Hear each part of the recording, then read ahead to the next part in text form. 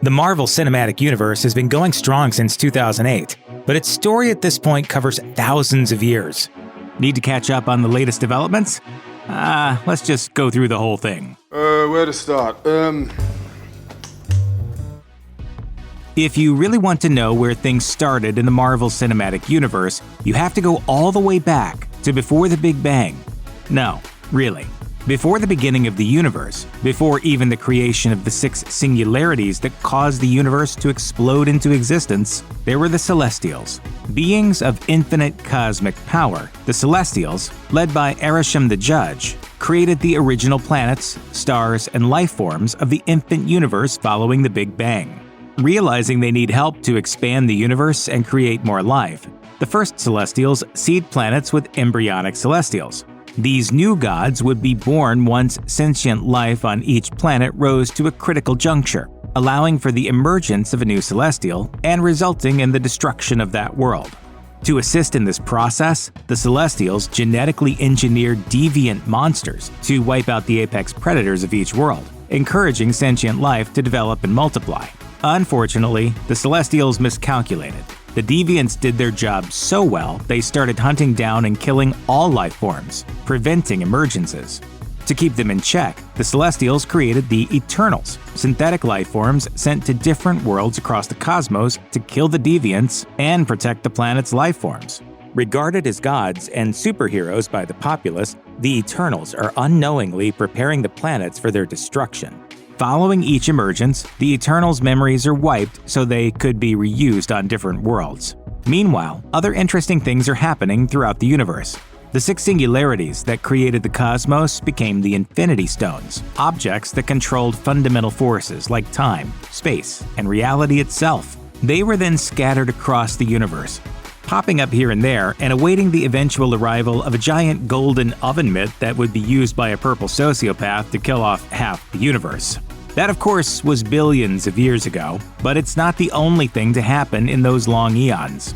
Millions of years before we get to the present-day MCU, Ego the Living Planet comes into existence, gains cosmic awareness, and seeds thousands of worlds with his essence in an attempt to create another celestial being like himself. But though he may in fact be a godlike figure, in the end he's still essentially just a selfish, deadbeat dad. No wonder Peter has issues. Well, of course I have issues! That's my freaking father! While Ego considers most of his early attempts at offspring failures and kills them out of disappointment, he does keep at least one of his kids around, the insect-like woman Mantis, whose empathic abilities help Ego sleep. As far as heroes and villains of Earth are concerned, the MCU doesn't start with Tony Stark getting kidnapped in 2008, Carol Danvers being taken to Hala in the 90s, or even with Steve Rogers volunteering for the Super Soldier program in the 40s. The actual beginning happened in 5000 BC, when 10 immortal Eternals, Circe, Icarus, Ajax, Kingo, Sprite, Phastos, Makari, Thena, Druig, and Gilgamesh arrived on Earth to take out the deviants on our planet.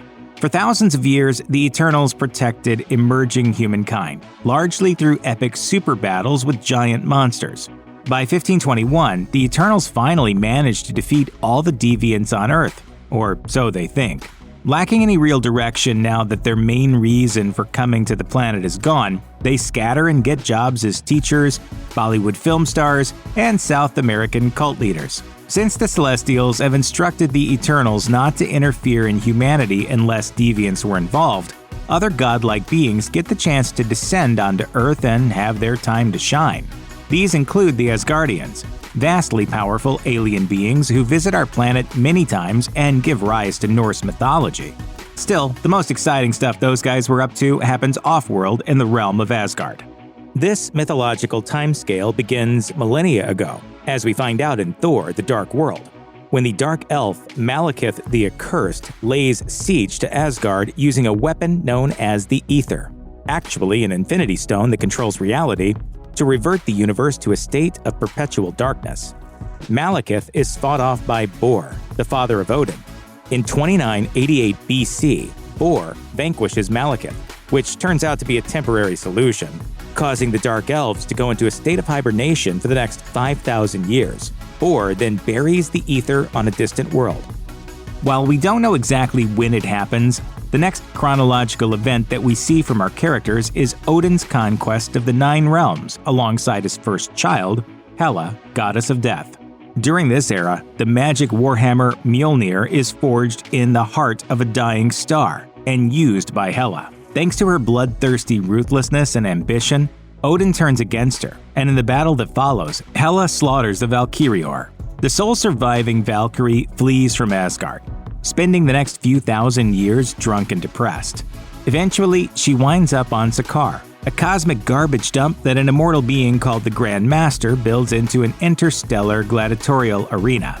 Hela is then imprisoned in another dimension by Odin, who covers up all traces of her existence. Sometime after that, but still far enough back that people were writing about it in the 13th century, Odin and Frigga have a son, Thor. Shortly thereafter, Odin slays the frost giant Laufey and adopts his son Loki as his own. Not too long after this, during their youth, Loki turns into a snake because he knows Thor loves snakes and then tries to stab him. In one universe, he manages to succeed. What was your Nexus event, Your Majesty? I killed Thor. Also, millions of years before the present day, 2 meteors made out of the supermetal Vibranium strike the Earth. One meteor lands in Africa, drastically affecting the surrounding area.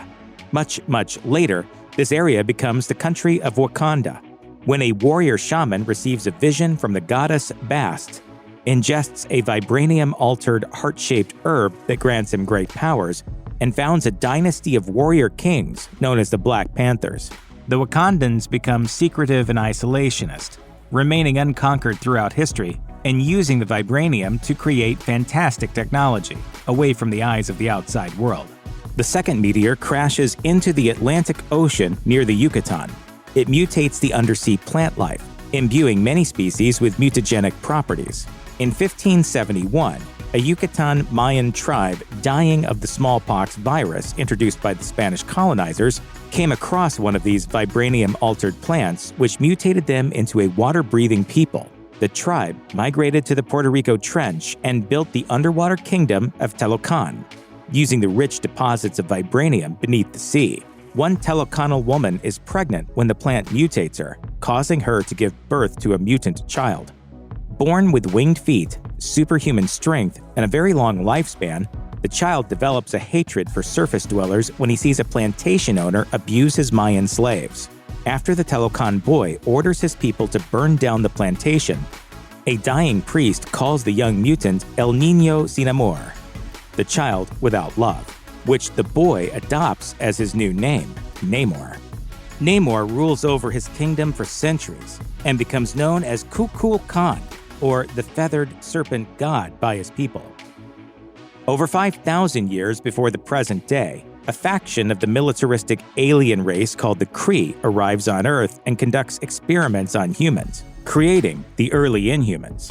One of these Inhumans, known as Hive, drives the Kree from the Earth and establishes a cult of personality that regards him as a god. After being banished, his followers work to restore him while destabilizing Earth's society. Over time, this society becomes the terrorist organization Hydra. Moving to just about 1,000 years before the present day, the warlord Shu Wenwu makes a fantastic discovery of his own when he comes across 10 otherworldly rings that grant him immortality and the strength of a god. Using the rings to establish his 10 Rings criminal organization, Wenwu conquers kingdoms and topples governments, amassing an incredible power structure that influences the direction of the world. Over in Eastern Europe, the demonic entity Chthon writes a set of spells in a structure at the top of Mount Wundagore.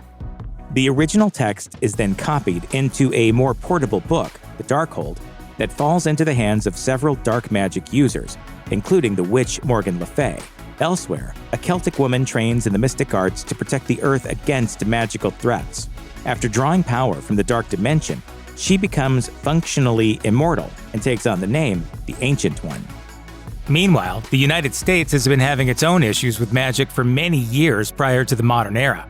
We know Agatha Harkness was around during the Salem witch trials in the late 1600s, but as seen on Agatha All Along, she causes trouble for centuries after. At some point, she gives birth to her son, Nicholas Scratch, who hums the tune to the Ballad of the Witch's Road around the 1750s. Word of the mythical Witch's Road begins to spread, even though it sprung from a child's imagination. After Nicholas's death, Agatha tricks numerous witches to pursue the Witch's Road, inevitably attacking her when their chant is unsuccessful. She uses this ruse to obtain their powers until one fateful day when a door to the road actually manifests. In 1693, the witch Agatha Harkness escapes being burned at the stake by her mother and a bunch of other witches who aren't happy with her practice of dark magic. She drains their life energies and gets her hands on the Darkhold before disappearing to get into all sorts of trouble before she pops up again in the present day. Jumping ahead to 1942, a Nazi officer known as Johann Schmidt experiments on himself with an early version of Dr. Abraham Erskine's super soldier serum, gaining both a physically perfect body and a decidedly redder complexion.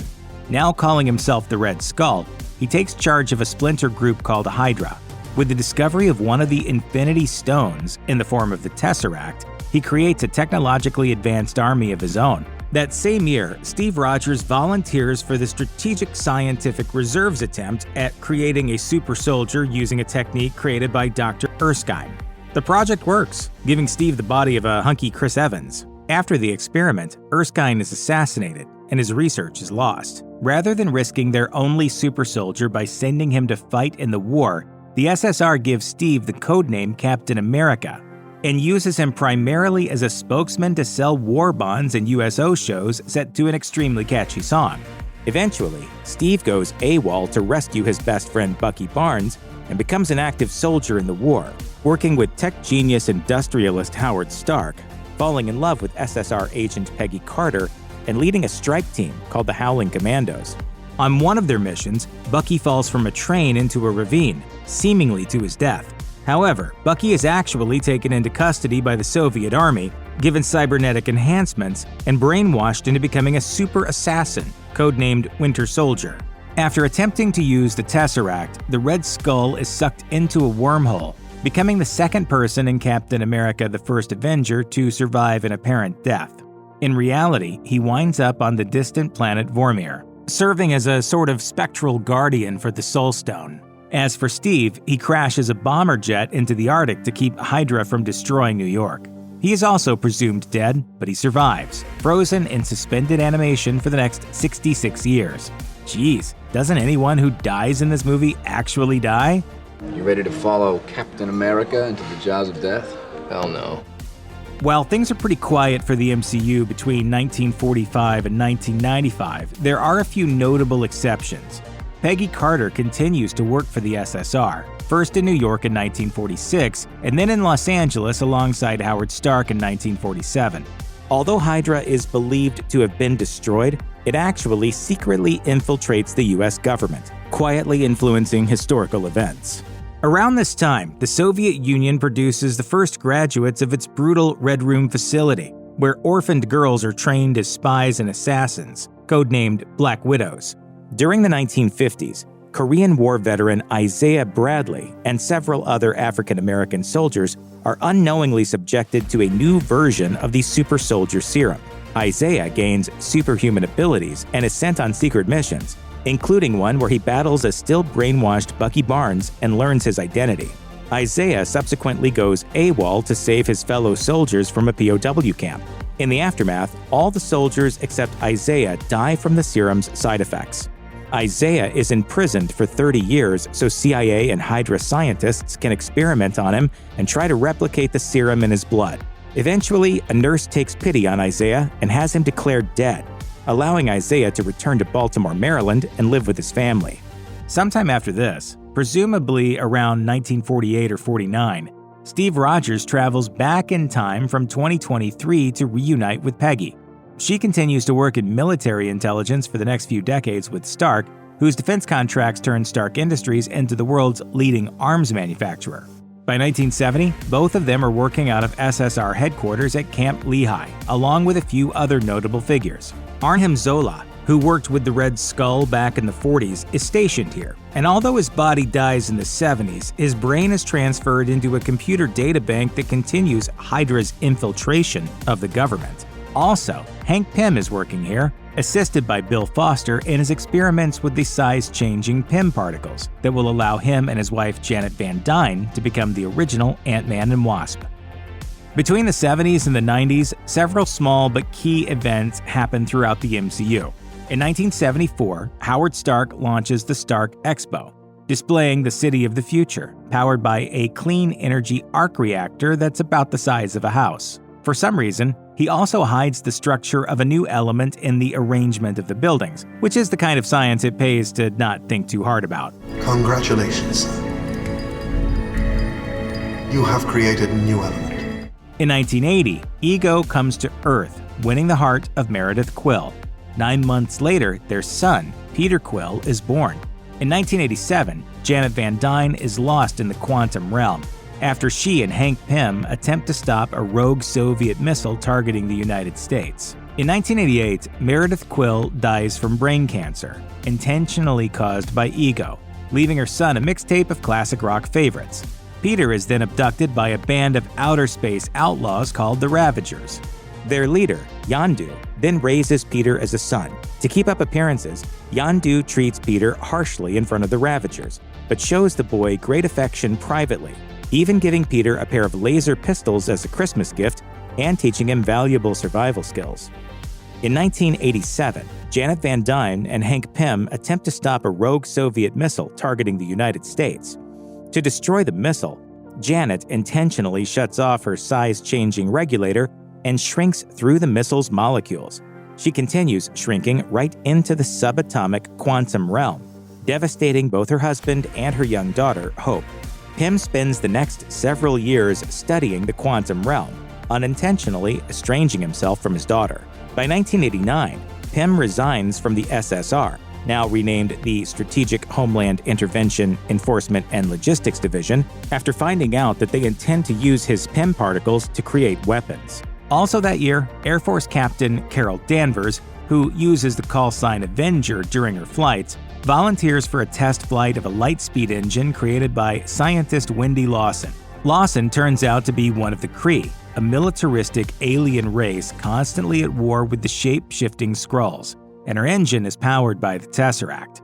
When they're shot down, Carol's body is overloaded with the Tesseract's energy, giving her incredible powers and also wiping her memory. A Kree soldier named Yanrog abducts her and takes her back to the Kree homeworld of Hala, where she is made to believe that she's actually a Kree named Veers, fighting alongside them as a member of the Kree Star Force. While all of this is happening on Earth, things continue to develop in space. Thanos, an incredibly powerful alien from the planet Titan who's obsessed with balance, begins to seek out the Infinity Stones. Along the way, he lays waste to half of the population of entire planets, occasionally taking young survivors and training them as soldiers. Assuming that most of the more humanoid characters are the same age as the people portraying them, then his two most notable adoptions happen in the late 80s or early 90s. Gamora is taken in as a young girl after Thanos kills half of the population of her home planet. Throughout her childhood, Thanos pits her against her adopted sister, Nebula. Every time they spar, Gamora wins, and Thanos systematically replaces pieces of Nebula's body with cybernetic parts in order to make her a more efficient killer. This creates a lot of resentment in Nebula, not only against Thanos but also toward Gamora, which will greatly affect their later relationship. Elsewhere in the galaxy, a geneticist known as the High Evolutionary starts OrgoCorp, an intergalactic company that produces bioengineered products to benefit all life. However, OrgoCorp is actually a front to fund the High Evolutionary's illegal genetic experiments and allow him to create his vision of a perfect society. His experiments result in the Sovereign, a highly advanced, golden-skinned race, and the Humanimals, intelligent humanoid animals. While many of the High Evolutionary's creations consider him a god, the High Evolutionary sees them as disposable experiments and regularly destroys entire planets when his subjects don't live up to his expectations. One of the High Evolutionary's experiments is Subject 89P13, a cybernetically enhanced raccoon with a genius intellect who renames himself Rocket. Believing the High Evolutionary will take him and his fellow experiments, Lila, Teefs, and Floor, to live in peace on a new planet, Rocket helps him with his experiments. However, when the High Evolutionary kills his friends, a devastated rocket mauls the High Evolutionary's face and escapes. He becomes a bounty hunter and adopts a bitter, cynical attitude to help him deal with his trauma. Meanwhile, in the quantum realm, a stranded Janet Van Dyne comes across another castaway, an exiled variant of Nathaniel Richards named Kang the Conqueror. Initially believing Kang to be benevolent, Janet helps him rebuild his damaged multiversal power core so they can escape the realm.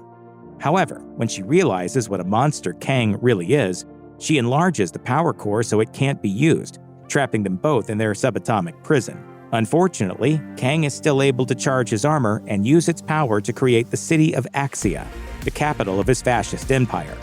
Feeling responsible, Janet joins a resistance movement against Kang.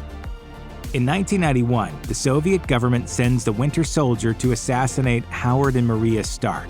This will have massive ramifications later on, but the immediate effect is that their brilliant slacker son, Tony Stark, is left in charge of Stark Industries, along with Obadiah Stane as CEO. They continue to manufacture weapons using Tony's increasingly deadly designs, selling them to all sides of virtually every global conflict, with Obadiah in particular making a profit from secret arms deals with terrorist groups. In 1992, King T'Chaka of Wakanda goes to Oakland, California to investigate arms deals involving stolen vibranium. The culprit is his brother, Njobu, who is killed in the altercation. Njobu's son, Eric, is a witness to the whole thing and grows up craving revenge. He joins the Navy SEALs and becomes part of a CIA Black Ops unit, killing hundreds of people around the world. Around the same time, 9-year-old Matt Murdock is blinded by a drum of toxic waste while trying to save a man from being hit by a truck. The chemicals heighten his other senses to superhuman levels, allowing him to move and fight better than before. After his father is killed by mobsters, an orphaned Matt is mentored by the blind warrior Stick, who trains him to use his senses as weapons. Stick later abandons the boy, but Matt continues training and studying, eventually becoming both a gifted fighter and law student.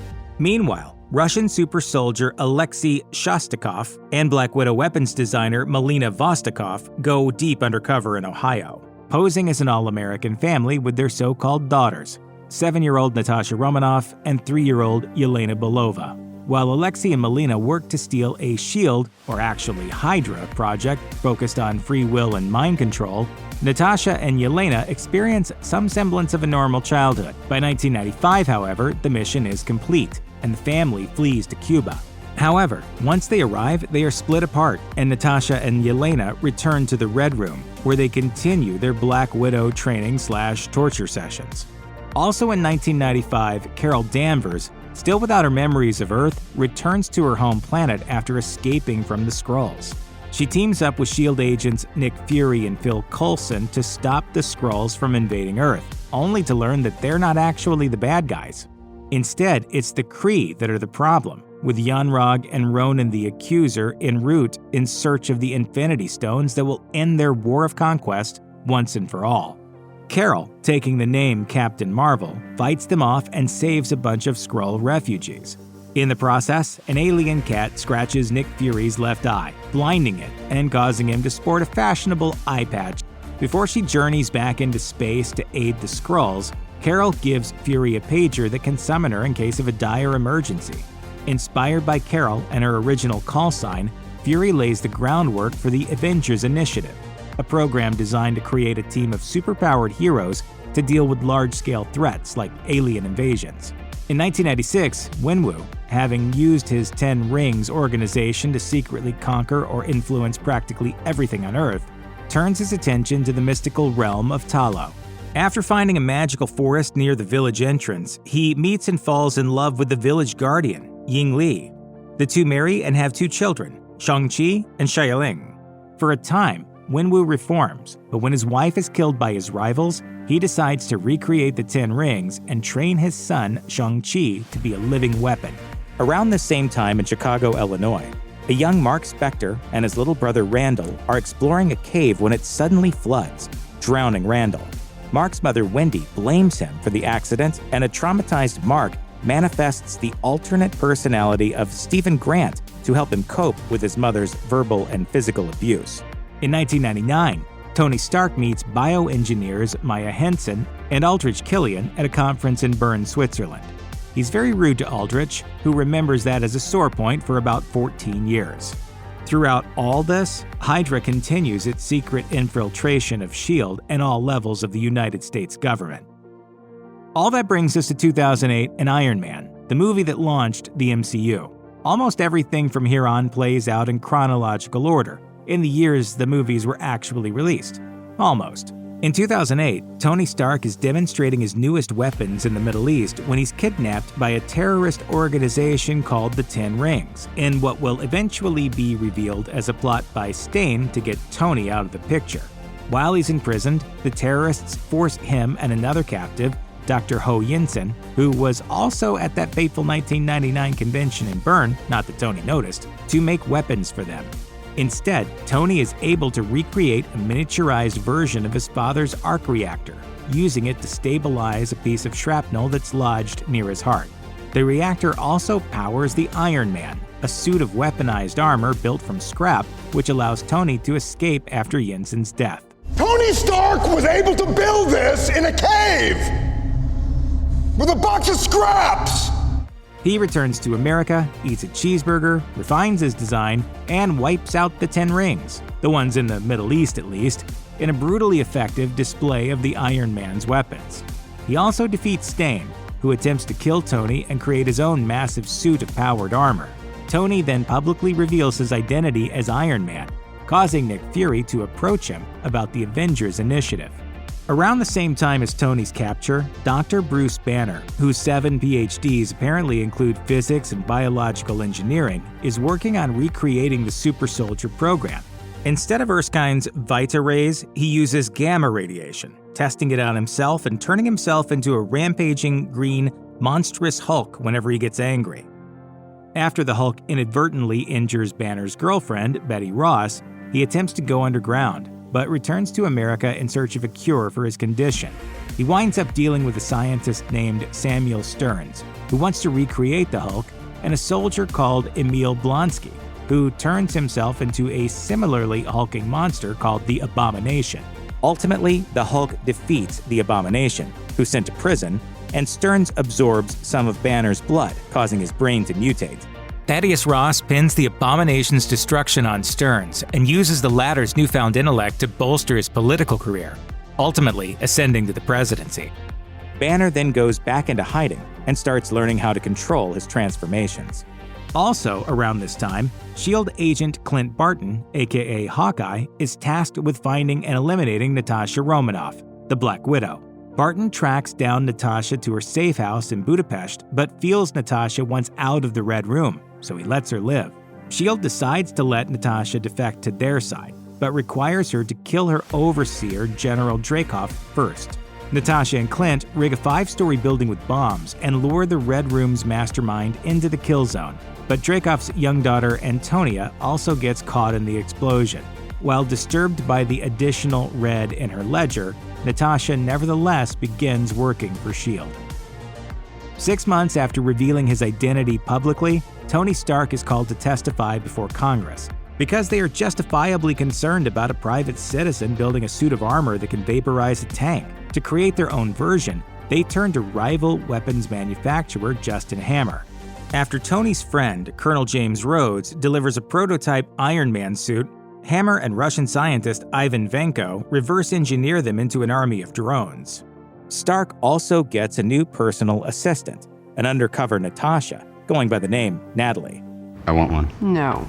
Stark and Rhodes, equipped with his own militarized suit of armor codenamed War Machine, defeat Vanko and Hammer. Over at the Ten Rings compound, a now 14-year-old Shang-Chi has become the master of Kung Fu, having been taught every possible way to kill a man over the last 7 years. Assigned to assassinate the man responsible for his mother's murder, Shang-Chi completes his mission but is badly traumatized. Unwilling to return to his father, Shang-Chi cleverly adopts the name Sean and starts going to high school in San Francisco. There he meets his best friend Katie, a skilled driver.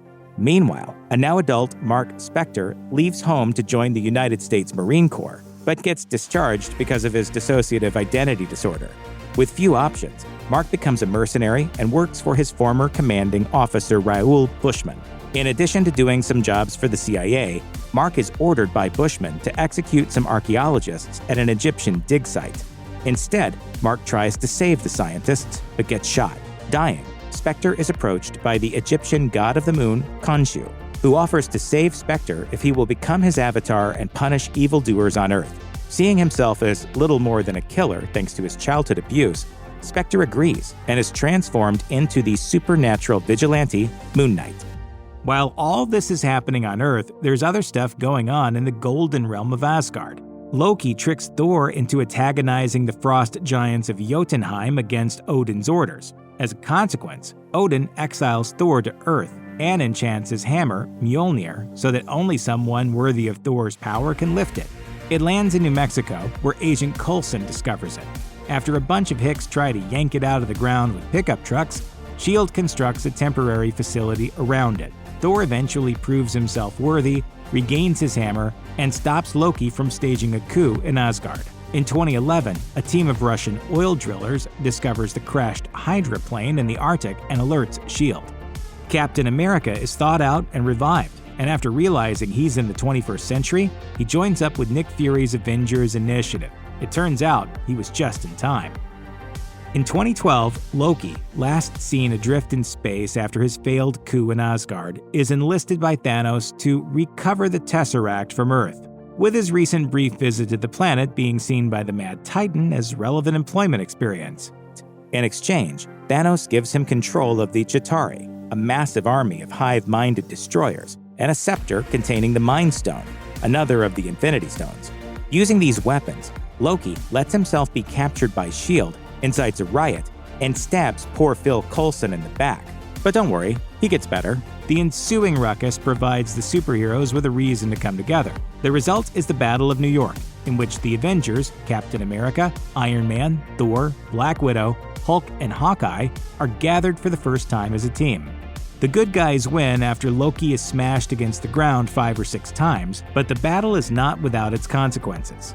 Unlike in the real world, where it's pretty nice these days, the MCU's version of Hell's Kitchen takes a lot of damage and winds up being a center of corruption and graft as it's rebuilt. This injustice leads blind lawyer Matt Murdock to take on the identity of Daredevil to fight against criminal kingpin Wilson Fisk, and eventually team up with other superpowered street-level crime fighters, Jessica Jones, Luke Cage, Iron Fist, and kinda sorta The Punisher on Netflix.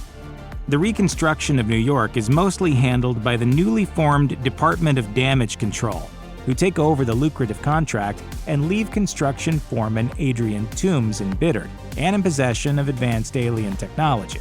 Toombs builds his own underground criminal enterprise, selling reverse-engineered Chitauri weapons on the black market. While the Battle of New York comes with its fair share of trauma, it also leaves some people inspired. After seeing Clint Barton unknowingly saving her life while battling aliens with a bow and arrow, 10-year-old Kate Bishop decides to take up archery and learn martial arts in an attempt to protect her family against future threats. She turns out to be a gifted, if extremely reckless, prodigy who often damages public property with her trick shots. In 2013, Tony Stark in particular is overwhelmed by the concept of his universe suddenly expanding to include gods, aliens, and other unknowable cosmic forces. He deals with post-traumatic stress, which unfortunately coincides with the return of Aldrich Killian. Killian has been experimenting with Maya Hansen's regenerative extremis treatment, which has the unfortunate tendency to cause its subjects to explode. To cover his operations, Killian appropriates Wenwu's 10 rings and creates a fictional terrorist based on Wenwu called the Mandarin, hiring an actor named Trevor Slattery to play him in threatening videos. The plot is uncovered and stopped by Tony and Rhodey. I wouldn't go in there for 20 minutes. In the aftermath, Killian is killed by Pepper Potts, and Slattery gets sent to federal prison, where he's later abducted by the real 10 Rings for impersonating Wenwu. Although Wenwu is intent on killing this strange man who named himself after a chicken dish, he has a change of heart after seeing how good Slattery is at performing Shakespeare and decides to make him his jester. Around this time, Phil Coulson resurfaces and begins recruiting some additional members into his own Agents of S.H.I.E.L.D. They have their own adventures, including many involving the Inhumans and Ghost Rider, but like the good secret agents they are, a lot of this flies beneath the radar of most major MCU events. Oh, also Malekith comes back and Thor fights him, and Loki becomes the latest in a long line of presumed deaths that actually aren't. He stashes Odin in a retirement home in New York, and then takes his identity, ruling over Asgard and putting on critically acclaimed plays. I'm sorry about that thing with the Tesseract. I just couldn't help myself. I know. I'm a trickster. Yes. In 2014, Hydra's decades-long plot to infiltrate and take over America is finally discovered by Captain America and Black Widow, who also learn that the Winter Soldier is a brainwashed Bucky Barnes. While Cap fights to restore his best friend's memories, the Hydra plot is exposed, and in the aftermath, S.H.I.E.L.D. collapses, leaving the Avengers without the oversight and support of the larger organization. That power vacuum leads directly to Tony Stark and Bruce Banner attempting to create an artificial intelligence that would help protect the world. Unfortunately, they goof that plan up big time, instead creating a genocidal robot named Ultron, who winds up destroying an entire city, resulting in the breakup of the country Sokovia. Immediately after the battle, the Hulk hijacks a Quinjet and blasts off to space, eventually landing on Sakaar. Hoping for an ally against Ultron, Tony and Bruce combine the Mind Stone, a synthesized body created by Ultron, and Tony's onboard AI, Jarvis, into a much more heroic AI called the Vision. Also, Scarlet Witch and Quicksilver, two definitely not mutants, join the team. Speedster Quicksilver immediately dies, partly from bullets, but mostly because Disney and Fox were having a problem figuring out the character's film rights. The destruction in Sokovia also kills the family of Helmut Zemo, who then dedicates his life to revenge. While all that's going on, Peter Quill is out in space on a job to steal a valuable orb, which, unbeknownst to him, contains the Infinity Stone known as the Power Stone. That puts him in the sights of both Ronan the Accuser, who's been looking for another Infinity Stone since 1995, and Thanos, who sends Gamora after him. Quill and Gamora wind up running across Drax, a very literal warrior whose family was killed by Thanos, Rocket, the cybernetically enhanced raccoon, and Groot, a tree. After being imprisoned together, the five of them stage a jailbreak, defeat Ronan in a dance-off, recover the Power Stone with the help of the real power, which is friendship. During the adventure, Groot dies, leaving behind a baby Groot sapling, and the group christens themselves the Guardians of the Galaxy. They turn the Power Stone over to the Nova Corps, a bunch of space cops on the planet Xandar. Shortly thereafter, Thanos attacks Xandar and recovers it for himself. In 2015, an electrical engineer named Scott Lang gets out of prison and stumbles onto Hank Pym's old size-changing equipment. Under the guidance of Pym and his daughter Hope, Lang becomes the second Ant-Man and helps to keep the Pym particles from falling into the hands of evil arms dealer Darren Cross. When Darren dons his own size-changing suit and becomes the villainous Yellow Jacket, Lang goes subatomic and damages Yellow Jacket's suit so badly that the bad guy seemingly shrinks into oblivion. Actually, Cross journeys to the quantum realm, where he's found by Kang and rebuilt as MODOK, the mechanized organism designed only for killing. More importantly, it's likely somewhere around this time that a kid named Peter Parker is bitten by a radioactive spider, tries to capitalize on his powers by becoming famous as Spider-Man, and fails to stop a robber that later kills his Uncle Ben.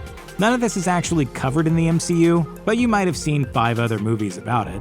The following year sees Helmut Zemo's plan to destroy the Avengers reach its fruition, as the world responds to the destruction of Sokovia by trying to install new governmental oversight over the Avengers. Zemo furthers a wedge between Captain America and Iron Man by revealing that Bucky was the one who killed Tony Stark's parents. He also frames Bucky for the assassination of King T'Chaka of Wakanda, leaving the king's son, T'Challa, to take over leadership of the country. Not to mention the identity and powers of the Black Panther. The end result of all of this is that the Avengers break up. The ones loyal to Cap go underground, and T'Challa refuses to give Zemo the death he desires. Bucky also gets safe refuge and treatment in Wakanda after T'Challa realizes they were all being manipulated by Zemo. Fleeing the US after the rest of Cap's team is imprisoned, Natasha Romanoff spends some time in Norway watching James Bond films. Unfortunately, her vacation is cut short when she's attacked by Taskmaster, an assassin who can mimic any fighting style. Later, she discovers Taskmaster is the brainwashed daughter of a still-alive General Dreykov, who has restarted a crueler version of the Red Room that brainwashes new Black Widows and robs them of free will. One of those Black Widows turns out to be Natasha's sister, Yelena. Freed of her programming by another Widow, Yelena sends the brainwashing antidote to Natasha, drawing her into the fight. Together, Yelena and Natasha work to reunite with their former parents, Alexei and Melina, and really kill Dreykov this time. Although the dysfunctional Deep Cover family has more than its share of issues, they manage to pull together and take down the Red Room. In the end, Yelena gets to work liberating Black Widows around the world, while Natasha goes to break her other family, the Avengers, out of jail. While all this is going on, Dr. Stephen Strange, who lost the fine motor control in his hands after a car accident, seeks out the Ancient One and trains to become a master of the mystic arts. He stops an invasion by Dormammu, a demonic force from the Dark Dimension, by using the Time Stone to trap Dormammu in a time loop where the entity kills Strange over and over again until the cosmic villain gets annoyed enough to leave Earth alone. Meanwhile, the Guardians of the Galaxy encounter Ego and Peter Quill's half-sister, Mantis. Ego reveals that Peter is his son and the heir to his power. But when he tries to manipulate him into conquering the entire galaxy, Mantis teams up with the Guardians to kill the living planet. The Guardians also incur the wrath of the Sovereign after Rocket steals some of their batteries for absolutely no reason. In retaliation, their leader, Aisha, decides to create a more powerful Sovereign named Adam to go after the Guardians. In the absence of the Avengers, Tony Stark begins to mentor Peter Parker. As Spider-Man, Peter tries to deal with the evil arms dealer known as the Vulture, aka Adrian Toomes, who turns out to be his homecoming date's dad. The Vulture is defeated, arrested, and sent to prison, but not before he and several of Peter's classmates figure out Spider-Man's real identity. Also, Tony Stark finally proposes to Pepper Potts. Lest you think Peter is the only superpowered teenager in the MCU, over in New Orleans, teenagers Tandy Bowen and Tyrone Johnson acquire powers of light and darkness and become the Vigilantes Cloak and Dagger. Meanwhile, on the West Coast, privileged teenager Alex Wilder and his friends learn their parents are all supervillains who control a powerful criminal organization called the Pride. The kids go on the run, learn many of them have superpowers or connections to advanced technology, and even run afoul of dangerous artifacts like the Darkhold. Sadly, it looks like Peter won't be meeting any of these young heroes, as their worlds are only slightly connected to the MCU. Meanwhile, Mark Spector marries Layla El Fouly, the daughter of one of the archaeologists he failed to save the night he became Moon Knight. The two go on many adventures together, but when Spector learns Khonshu may use Layla as his new avatar, he sends divorce papers to her, hoping to create some distance between them and keep her safe. In Asgard, Thor returns from 2 years of looking for Infinity Stones in various realms, only to discover Loki's been posing as Odin this entire time. When Thor and Loki find the real Odin, he's at the end of his life, and his death allows Hela to escape her millennia of imprisonment. She destroys Mjolnir, blasts the two brothers into space, and takes over Asgard. Thor winds up on Sakaar, where he recruits Hulk and Valkyrie for a mission to overthrow Hela, which goes about as well as it can for a plan that ends with the complete destruction of Asgard via Fire Giant. In Wakanda, T'Challa's rule is challenged by his cousin Eric Killmonger, who teams up with evil arms dealer Ulysses Klaue and then betrays him in order to gain favor with Wakandans who know Klaue as a Vibranium smuggler. Eric nearly kills T'Challa, usurps his position as the Black Panther, and destroys all of Wakanda's heart-shaped herbs to secure his power base. After being presumed dead, T'Challa returns, and aided by Nakia, Okoye, and Shuri, regains control of his country. Later, he secretly fathers a son with Nakia, who decides to raise her child in Haiti, away from the Black Panther's enemies. After 6 years of waiting around, Thanos decides to personally seek out the Infinity Stones, and the results are devastating. He kills Loki, sacrifices his daughter Gamora to get the Soul Stone, and nearly obliterates the last surviving Asgardians. As he goes after the remaining stones, things get so desperate that the whole Avengers crew need to get back together to sort it out, except Hawkeye and Ant-Man, who are under house arrest for violating the Sokovia Accords. They don't do so well. Despite fighting on two fronts, with one small team in space and a massive force on Earth, Thanos gathers the stones, snaps his fingers, and kills half the life forms in the universe, dissolving them into dust. Before he dissolves, Nick Fury uses the space pager to alert Captain Marvel that Earth needs her help. A month later, Captain Marvel and the surviving Avengers track Thanos down in space, only to find out that he's destroyed the stones, and with them, any chance of bringing back the dead half of the universe. Thor beheads Thanos, and the Avengers return home. Ant-Man and his friends miss all of these events due to their involvement in a relatively self-contained heist movie. Alongside Scott Lang and the new Wasp, Hope Van Dyne, Hank Pym suits up and explores the quantum realm in order to save the original Wasp, Janet. Meanwhile, the team fends off repeated attacks from a mysterious, superpowered being known as Ghost. Later, Lang explores the quantum realm just as Thanos' snap turns Hank Pym and both Van Dyne women into dust, trapping Ant-Man in the subatomic realm. While he's there, 5 years go by, during which the heroes deal with the horrific trauma in various ways. Notably, Tony Stark and Pepper Potts have a daughter named Morgan, Banner merges his brain with the Hulk, and Thor becomes an overweight gamer after helping to found New Asgard in Norway. Hawkeye loses his entire family in the snap, causing him to go rogue. He adopts a new hairstyle and anti-hero identity as the merciless Ronin, who hunts down and ruthlessly kills criminals around the world. One of these criminals is William Lopez, the father of fighting prodigy Maya. After seeing her dad die, Maya swears vengeance on Ronin, not knowing that her dad's boss, Kingpin, wanted William dead. After Ant-Man returns from the quantum realm, where for him only a few hours have passed, the heroes realize that the solution to the problem is, of course, time travel. With the help of Iron Man, Rocket, a reformed Nebula, and the now smart Hulk, the heroes travel back to various key points in the timeline, including 1970, 2012, and 2014, to gather up the Infinity Stones of those eras, along with Mjolnir, circa 2013. Unfortunately, the Avengers also inadvertently bring the Thanos of 2014 forward to 2023, along with all of his minions. This includes an alternate Gamora, with no memory of her time with the Guardians.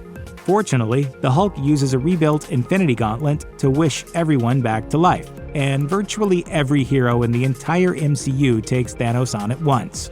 The final blow is dealt by Iron Man, who dies on the battlefield.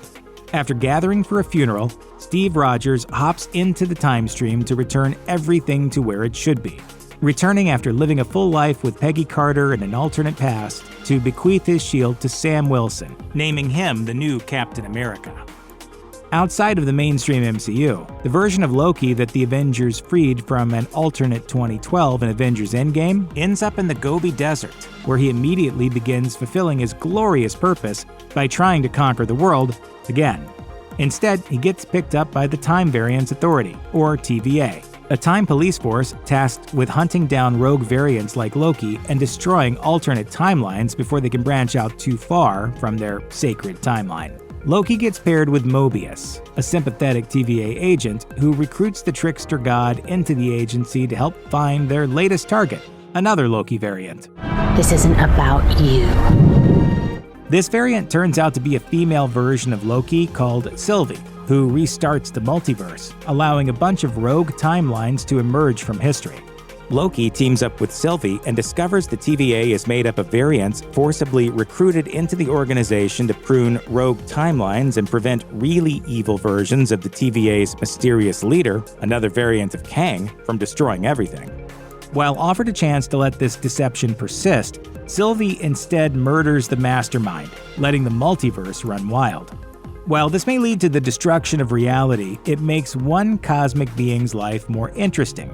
The godlike voyeur, the Watcher, observes realities in which Peggy Carter receives the super soldier serum. Doctor Strange destroys his universe, and Thor becomes a party animal. Ultimately, the Watcher is forced to evolve from observer to doer when a variant Ultron threatens to destroy all sentient life in the multiverse. Assembling his own Guardians of the Multiverse team, the Watcher manipulates events so the alternate realities can continue to coexist. Sometime after the multiverse was recreated, a young girl named America Chavez develops the ability to travel through alternate realities. Unable to control her power, she accidentally sends her parents to an unknown world before slipping through multiple parallel universes herself. Along the way, she makes friends, usually with variants of Doctor Strange. In the mainstream MCU, the effects of Hulk's reverse snap are being felt on both a cosmic and street level. People like Yelena Belova and Monica Rambeau snap back to existence, only to discover that 5 years have passed and their loved ones are now gone. Re-establishing their lives proves difficult, since different people live in their homes and billions are still legally dead. While support networks form, entire nations are also forcing out recent immigrants due to the sudden rise in population. Believing life was better during the blip when half of all life was gone, some people react to these changes violently. Anarchist Carly Morgenthau forms a terrorist group, the Flag Smashers, to attack governments threatening her one-world vision, and even augments her team with a new version of the super soldier serum. This puts her in the sights of Sam Wilson, who rejects Steve Rogers' request that he become the new Captain America. After working with Bucky Barnes and seeing how Steve's legacy can be tarnished by unworthy successors like the dangerously unhinged John Walker, Sam takes on the mantle of Captain America and stops the Flag Smashers. Taking advantage of the global chaos and recent superpowered debuts, a mysterious woman named Valentina Allegra de Fontaine begins recruiting enhanced individuals, including Yelena Belova and John Walker, for an unknown project. Meanwhile, Peggy Carter's niece, Sharon, a former S.H.I.E.L.D. agent, goes rogue and begins selling U.S. government weapons to terrorists as the power broker of the island nation of Madripoor. Sam also meets an elderly Isaiah Bradley and learns his history. Although Isaiah is skeptical about the idea of a black Captain America, Sam arranges for an exhibit of Isaiah's service to be displayed at the Smithsonian so everyone will know about the United States' first African-American super soldier. The sudden rise in sentient life on Earth also jumpstarts the Emergence, which threatens to destroy the entire planet when a new Celestial is born. Alerted by the cosmic event and a few remaining deviants, the Eternals reunite. Where before they have always stood by and allowed planets to be destroyed, a few now have enough love for humanity to try and save the Earth. Cersei draws enough power from her teammates to halt the birth of the Celestial Tiamat, and the Celestial Ereshkigal uses the Eternals' memories to determine if Earth should be spared. In Europe, Peter Parker attempts to have a vacation free of Spider-Man. Unfortunately, this becomes impossible when Nick Fury, actually the shape-shifting Skrull Talos, who is covering for Fury while he's on vacation in space, recruits Spider-Man to help Mysterio, a man claiming to be from an alternate universe, to save the world from dangerous elemental beings. Except it's all a lie. Mysterio is just Quentin Beck, a disgruntled ex-Stark employee who uses Peter to get his hands on a pair of Stark tech sunglasses that can control an army of weaponized drones. Spider-Man gets the drop on Mysterio's illusions to keep him from killing thousands of people. But in a final act of spite, Mysterio exposes Peter's secret identity to the world. Meanwhile, former assassin turned car valet Shang-Chi, currently going by Sean, learns his father is gunning for him when Ten Rings agents steal the jade pendant his mother left him. Teaming up with his sister, Shang-Chi finally addresses his issues with his father by traveling to Ta Lo and stopping Wenwu from unleashing the soul-sucking monster known as the Dweller in Darkness on the world. Before dying to save his son, Wenwu grants Shang-Chi the Ten Rings, which begin sending signals out into the universe. While all this is going on, one rogue Avenger is unknowingly creating her own brand of chaos in the small town of Westview, New Jersey. Unable to cope with the loss of Vision, who Thanos kills by ripping the Mind Stone out of his head, Wanda Maximoff manifests powerful reality-warping abilities. Drawing from her childhood love of American sitcoms, Wanda warps Westview into an idyllic town where she lives a suburban life with a new version of Vision. She even gives birth to twin boys who quickly mature in a single episode. To maintain this illusion, Wanda inadvertently mind controls the real-life citizens of Westview into becoming her personal puppets. Her activities attract the attention of the new intelligence agency SWORD and Agatha Harkness. While Wanda eventually comes to her senses and tries to free Westview, Agatha goads Wanda into a battle. Wanda comes out on top, however, and although she has to sacrifice her happy life with her husband and children, she embraces her new role as the Scarlet Witch. She also takes Agatha's Darkhold and starts dreaming of alternate realities where her sons are still alive. But maybe Wanda just needed to hold out a little longer rather than immediately resort to the Darkhold. Her two boys, Billy and Tommy, don't go away forever when the Hex disappears. William Kaplan dies in a car crash just as the hex is vanishing. This allows Billy Maximoff to enter his body and take over his life, existing there for several years. He tracks down Agatha to allow him to travel the Witch's Road, which should give him what he wants most. That involves locating a suitable vessel for Tommy's spirit, which they eventually find. Wanda's reality warping abilities also permanently alter one woman, Sword Agent Captain Monica Rambeau. The adult daughter of Carol Danvers' best friend Maria, Monica attempts to help Wanda with her grief and is exposed multiple times to Wanda's hex energies. This rewrites Monica's cells, giving her the power to absorb energy and become intangible. After hearing of her performance in Westview, Nick Fury sends a Skrull to ask Monica to join him on a mission in outer space. With his secret identity now exposed, Peter turns to Doctor Strange, hoping the sorcerer can snap his fingers and wish his problems away. Instead, Strange offers to cast a spell to make the world forget Peter Parker is Spider-Man.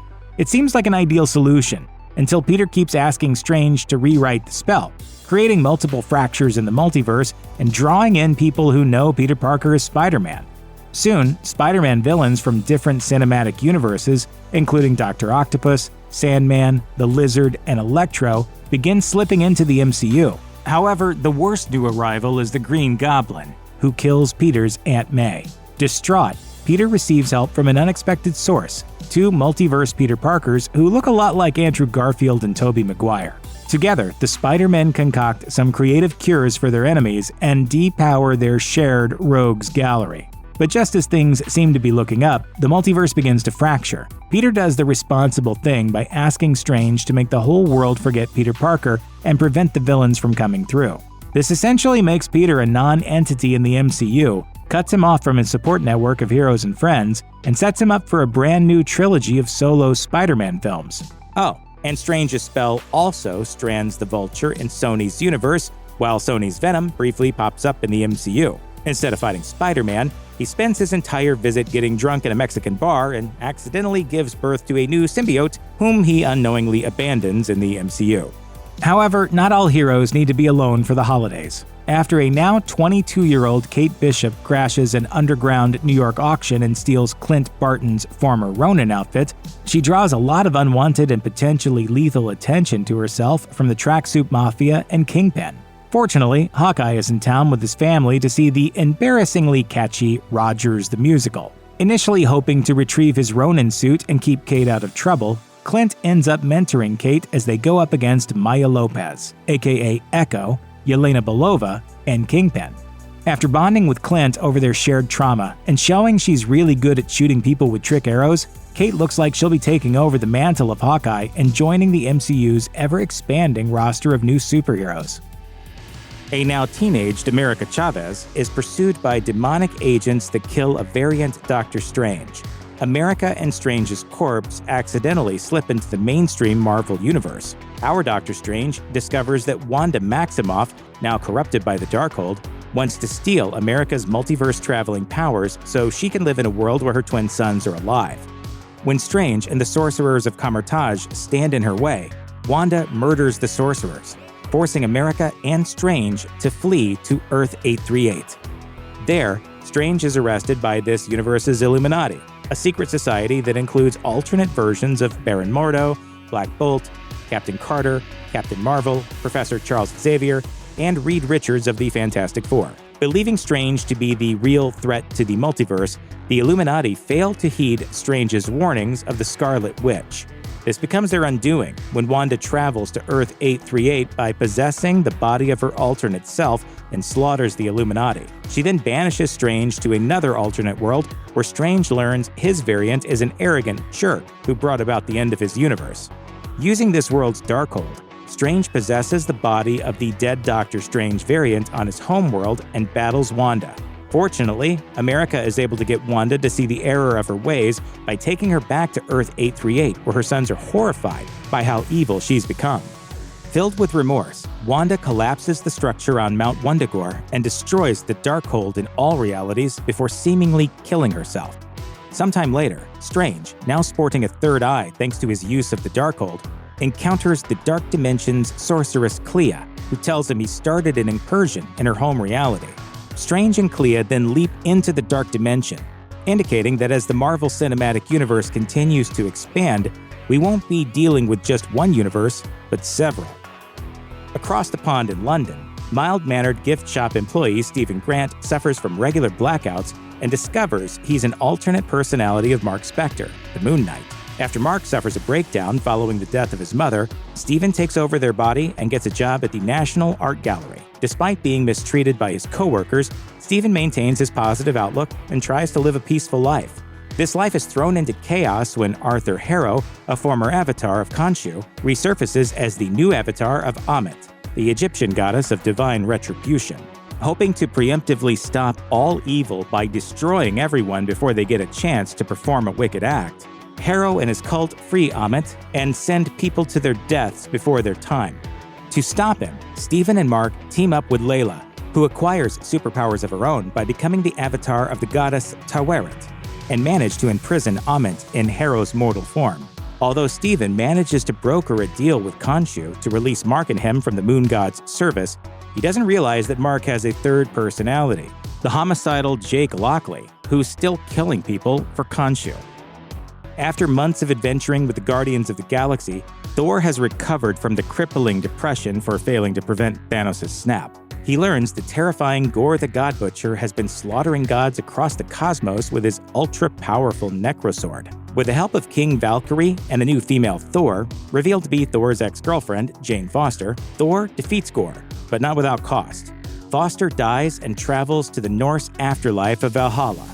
Following her wishes, Thor takes in Gore's superpowered daughter, who goes by the name Love.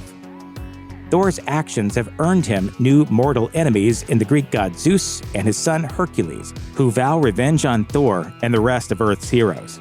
In New Jersey, a young Avengers superfan named Kamala Khan finds herself in a generations-old feud between an organization of Pakistani protectors known as the Order of the Red Daggers and a group of interdimensional invaders known as the Clandestines. Kamala discovers that she is a descendant of the Clandestines, and therefore a superpowered mutant hybrid. With the help of her friends, and through a series of trials that allow her to master her newfound powers, Kamala expels the invading Clandestines and saves Earth, in the process, settling on the moniker Ms. Marvel. Meanwhile, the superhero community continues to grow.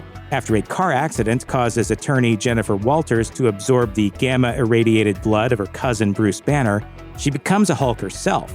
Instead of fighting crime through vigilantism, Walters elects to use her new insider perspective to represent super beings in court. Who the hell are you? Jennifer Walters, attorney at law.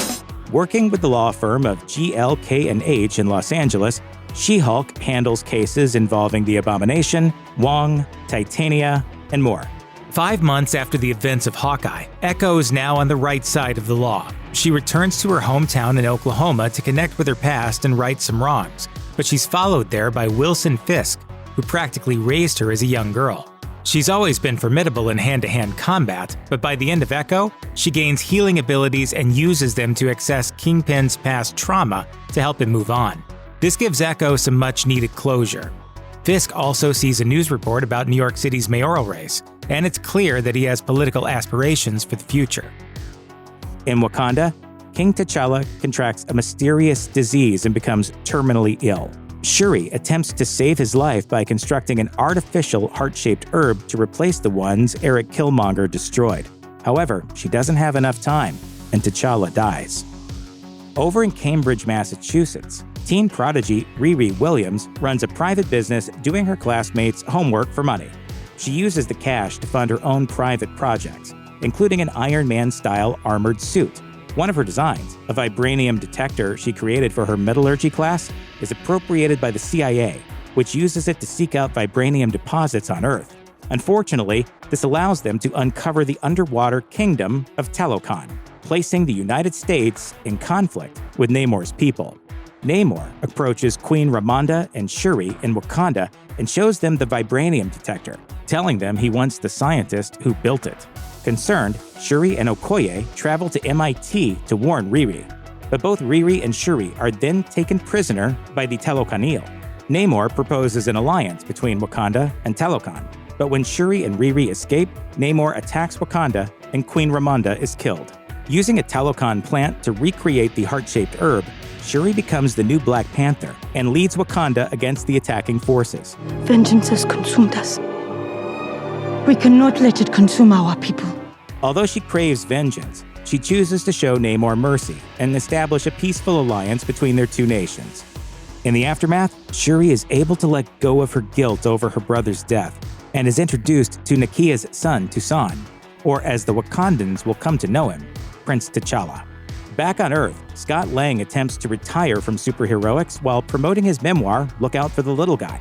This upsets his daughter Cassie, who feels the world still needs heroes.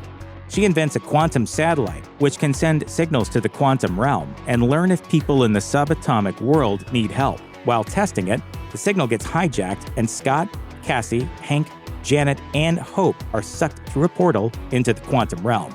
In the quantum realm, Janet comes face to face with her past when she learns Kang has turned the realm into his totalitarian kingdom. Scott and Cassie are captured by the ruler and reunite with Darren Cross, now Kang's delusional minion, MODOK. After Kang forces Ant-Man to steal back his power core so he can exit the quantum realm, Cassie escapes and teams up with a group of rebels to lead an uprising against the evil tyrant. They're aided by Janet, Hope, Hank, a reformed MODOK, and Hank's team of hyper-evolved ants. In the end, Hope helps Scott destroy both the power core and Kang before they return to Earth. However, this isn't the end of Kang, as variants are now emerging from all over the multiverse. Out in space, Peter Quill is in a deep depression after losing Gamora and seeing her alternate variant depart for places unknown. Wanting to help her brother with his grief, Mantis teams up with Drax to travel to Earth and get Peter a special Christmas gift. Footloose actor Kevin Bacon. While Star-Lord is horrified by the kidnapping, Bacon chooses to celebrate Christmas with the Guardians after hearing how his films inspired Peter to save the universe by dancing. Mantis later tells Peter of their shared parentage, reminding him that he still has family in the stars. Things take a darker turn when the Sovereign's new creation, Adam Warlock, attacks Nowhere and critically injures Rocket. After learning the High Evolutionary installed a kill switch in Rocket's cybernetic implants to stop anyone from treating him, the team travels to the High Evolutionary's planet Counter-Earth to save their friend. In the process, they reunite with Gamora, who has joined the Ravagers. Together, the Guardians of the Galaxy save Rocket and defeat the High Evolutionary. In the aftermath, Peter returns to Earth to be with his grandfather, Gamora goes back to the Ravagers, Mantis embarks on a voyage of self-discovery, and Drax and Nebula turn Nowhere into a sanctuary for displaced people and races. This leaves Rocket, now the captain of the Guardians, to build a new team consisting of an adult Groot, the Ravager Kraglin, Cosmo the Space Dog, High Evolutionary Experiment Phyla, and a reformed Adam Warlock. It probably goes without saying that killing an all-powerful entity responsible for maintaining the sacred timeline results in some complications for the Time Variance Authority. For starters, Loki begins time-slipping throughout Loki Season 2, a power he learns to control to bring peace back to the timeline. Through this, Loki becomes a god of time, with himself at the center of a new multiverse, away from all of his newfound friends. And the TVA has its work cut out for it with a new objective in mind: maintaining this multiverse. The TVA now knows to monitor all Kang variants, and Hunter B-15 gets a promotion as one of the TVA's leaders, overseeing a new era where the TVA no longer prunes branching realities. Of course, change isn't always easy for everyone. Some TVA workers, notably Mr. Paradox, want to continue pruning to keep the sacred timeline in check. Paradox brings Wade Wilson, aka Deadpool, from an alternate universe into the TVA to bring him into the MCU proper. Only it's at the expense of his original reality getting destroyed. Wade isn't a fan of that, so he grabs Wolverine from yet another timeline to help him in his crusade to stop Paradox. Ultimately, Deadpool and Wolverine succeed, and although they both remain in Deadpool's universe for the time being, B-15 makes it clear the TVA may call on them to protect the multiverse. I'd rest up. I have a feeling your work is only just getting started. Till you're 90. Returning to Earth in the mainline MCU timeline, the cogs for future conflicts are slowly turning. Over the course of decades, Skrulls have infiltrated various power structures across the planet. This all comes to a head in 2025, when Gravik unleashes his plan to acquire the powers of various superheroes to make himself the most powerful being on the planet.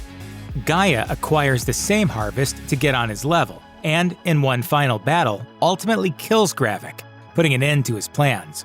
This also results in those powerful humans getting released from their pods, including Rhodey, who's probably been a Skrull for years at this point. Secret Invasion put Nick Fury through the ringer, and he doesn't get much of a vacation, as the series ends with him heading into space. This puts him on a collision course with Carol Danvers, Monica Rambeau, and Kamala Khan in late 2025, or possibly early 2026. Given that Disney Plus has Secret Invasion after the Guardians of the Galaxy Holiday Special in its chronology. The trio's powers become intertwined, causing them to swap places when they use said powers. They learn to work together to stop Dar-Benn from taking resources from other planets to rebuild the Kree homeworld, Hala. They stop her, but as a result, Monica winds up in another timeline. Whether this is Deadpool's world or something else remains to be seen, but the X-Men are at least in this one, seeing as she meets Hank McCoy. Monica's displacement is tough on the team, but Kamala is steadfast in building a new group. She seeks out Kate Bishop, and it's clear this is only the beginning of what's bound to be the Young Avengers. Other young heroes are quickly materializing, such as Cassie Lang from Ant-Man and the Wasp: Quantumania, and Eli Bradley from The Falcon and the Winter Soldier. Agatha all along brought Billy Maximoff, aka Wiccan, from his mother's construct into reality. After forging a path through the Witch's Road, he gains greater control of his abilities. Along with Agatha's ghost, they set out to find his brother, Tommy, who's destined to become Speed. It shouldn't be long until the Young Avengers come together properly, and that's just one of the many Marvel teams we've been dying to see enter the MCU. Since The Falcon and the Winter Soldier occurs in 2024, and Sam Wilson has been Captain America for about 2 years in Captain America: Brave New World, it seems that the film begins in 2026 with Thaddeus Ross getting elected president. This might seem odd, since US presidential elections occur in years divisible by 4, but it's possible that elections got bumped by the chaos of the blip. Thaddeus Ross is sworn in, planning to secure his legacy and prove to his daughter, Betty, that he can bring good into the world. Within his first 100 days as president in early 2027, Ross puts forth a treaty that will allow several countries to mine adamantium. This newly discovered metal comes from the body of Tiamat, the dead celestial in the Indian Ocean. But after an attack on Ross's life by a brainwashed Isaiah Bradley and other agents, Captain America and the new Falcon, Joaquin Torres, have to figure out who's really behind it. They discover that Ross has kept Samuel Stearns locked up since the events of the Incredible Hulk, refusing to grant him his freedom. Stearns seeks his revenge by brainwashing agents to follow his orders, while also lacing the pills he's given Ross for his heart condition with gamma radiation. War between the US and Japan almost breaks out after brainwashed pilots attack Japanese forces near Sentinel Island. But Cap and Falcon defuse the situation.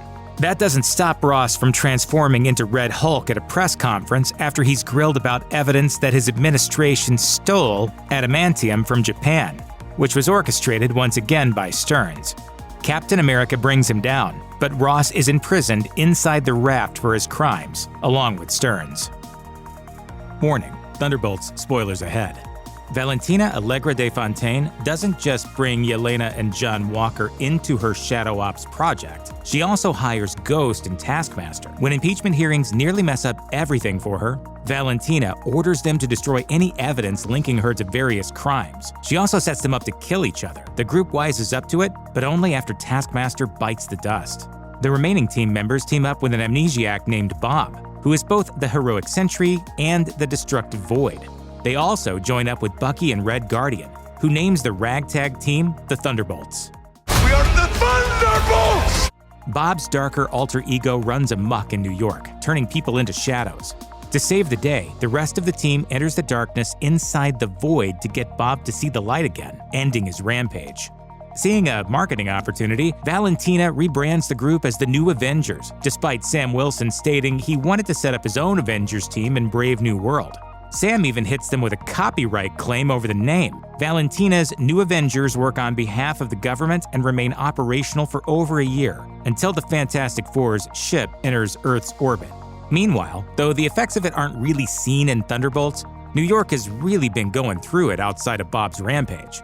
Recently elected Mayor Wilson Fisk has begun a crusade against vigilantes in Daredevil Born Again, pursuing extra-legal measures to arrest or execute any masked heroes operating in the city's streets. That leaves Matt Murdock and his allies looking for a way to bring Fisk down for good.